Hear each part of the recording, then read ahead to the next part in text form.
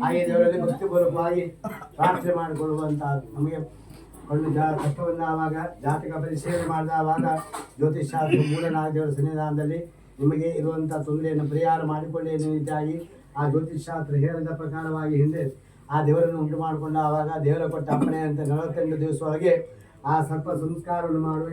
ಆದೇಶ ಬಲಿ ಸೇವೆಯನ್ನು ಮಾಡುವ ರೀತಿಯಾಗಿ ದೇವರ ಕೊಟ್ಟ ಅಪ್ಪಣೆ ಪ್ರಕಾರವಾಗಿ ಆ ಮೂರ್ತಿ ಸಮುಚಿತವಾಗಿ ಕ್ರಿಯಾರಂಭವನ್ನು ಮಾಡಿಕೊಂಡು 4ನೇ ದಿವಸದಲ್ಲಿ ಮಾಡುವಂಥ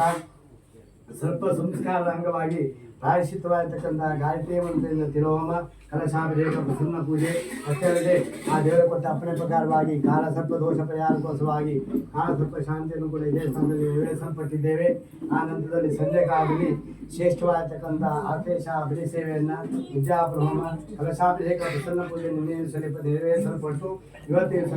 ಸ್ವರೂಪಾಯಶಿತವಾಗಿರ್ತಕ್ಕಂಥ ಪವಮಾನ ಹೋಮ ಹಾಗೆ ಆ ವ್ಯಾರ್ಥಿ ಮಂತ್ರದಿಂದ ತಿಲೋಹೋಮ ದೇವರ ಅನುಗ್ರಹವನ್ನು ಪಡೆಯಲಿಕ್ಕೋಸ್ಕರವಾಗಿ ಆ 25 ಕಲಶ ಅಭಿಷೇಕ ಮಹಾಪೂಜೆಯನ್ನು ಇನ್ನೇ ದಿವಸದಲ್ಲಿ ದಶಾನಾದಿಗಳನ್ನು ಇವತ್ತಿನ ದಿವಸದಲ್ಲಿ ಹಿತಾಶಕ್ತಿ ಊಟ ಬ್ರಾಹ್ಮಣ ಆರಾಧನೆ ಅನ್ನದಾನವನ್ನು ದೇವರ ಕೊಟ್ಟ ಸಂಪತ್ತಿನಿಂದ ನಮ್ಮ ಏಳಿಗೋಸ್ಕರ ನಾವು ಮಾಡಲ್ಪಟ್ಟಿದ್ದೇವೆ. ಮಾಡಿರ್ತಕ್ಕಂಥ ಎಲ್ಲ ಕರ್ಮಾಂಗವನ್ನು ಏನೋ ಒಂದು ನ್ಯೂನಾತಿರಿತ ಇದ್ದು ಕೂಡ ನಾಗವರದೆಲ್ಲವನ್ನು ಕೂಡ ಪರಿಹಾರವನ್ನು ಮಾಡಿ ಇಡೀ ನಮ್ಮ ಕುಟುಂಬಕ್ಕೆ ನಾಗಾನುಗ್ರಹ